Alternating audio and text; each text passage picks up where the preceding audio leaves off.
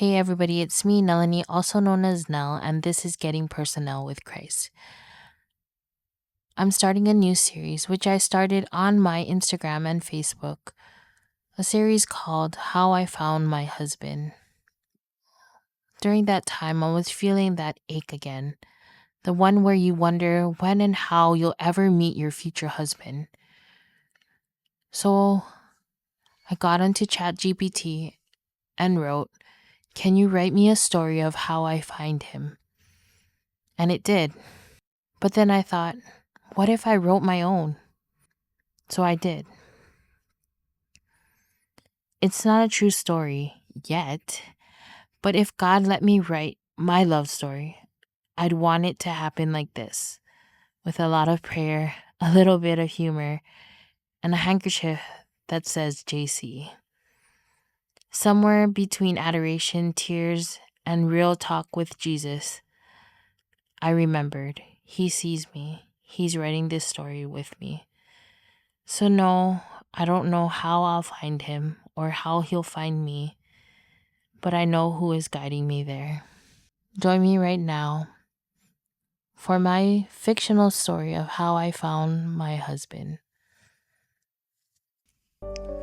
I couldn't remember the last time I cried that hard in adoration. It was one of those days where nothing seemed to go as planned. I missed the bus, forgot my lunch bag, and my computer crashed just as I was about to submit a proposal for my next talk. It had been a day, and I wasn't exactly looking forward to being the seventh wheel that night with all my coupled up friends. I just needed Jesus, so I decided to have a quick date with him in the chapel. As I walked in, I noticed the chapel was empty, but I did see a car parked outside, so someone was probably in the bathroom. I walked to my favorite spot, genuflected, and as my knee touched the ground, a wave of emotion washed over me. I was about to start sobbing when I heard the chapel door open. I assumed it was the other adorer. I sat on the floor, trying not to dwell on all the negative things going on in my life. I didn't want to complain to Jesus again about how hard life felt. I knew others were dealing with far more difficult things than a missed bus or a glitched out laptop. But it happened. The stressors flooded my mind. My job, school, family, friends, and the fact that I was spending the evening with people who all had someone special. One tear slipped from my right eye, and then it wouldn't stop.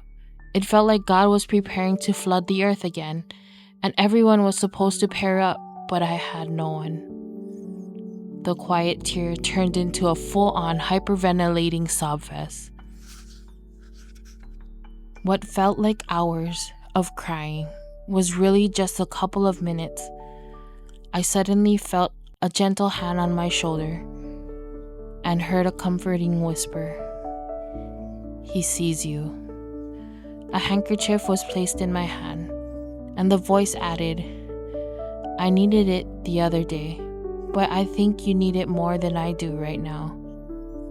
Too embarrassed to look up, I shakily whispered, Thank you.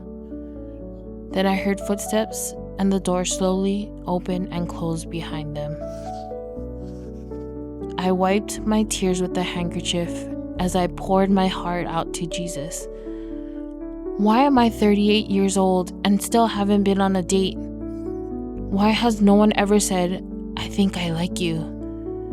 Why do my friends keep telling me it will happen soon for the past 15 years? When is it my turn? I opened up the handkerchief to wipe my whole face and noticed it had initials embroidered on it. The monogram read, JC in script. Of course, Jesus Christ gave me this handkerchief. I let out a giggle. Once again, my Lord and Savior showing up as my knight in shining armor. I wiped the rest of my tears and prayed, Lord, I know you see me, but could you help a man see me too? I laughed at the thought of actually saying that to Jesus face to face. As the next adorer entered, I moved to the back of the chapel. Then it dawned on me. Maybe the handkerchief man had signed in. I could check the book and confirm that it wasn't Jesus Christ in the flesh who comforted me. I flipped through the pages, but at first saw no names with JC.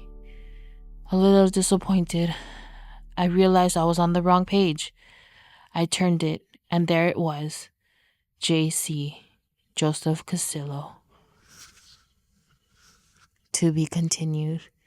If you want to know what happens next with this mysterious handkerchief and the mysterious Joseph Castillo, join me next week for part 2. Have a blessed day and go light up the world with his love. Bye.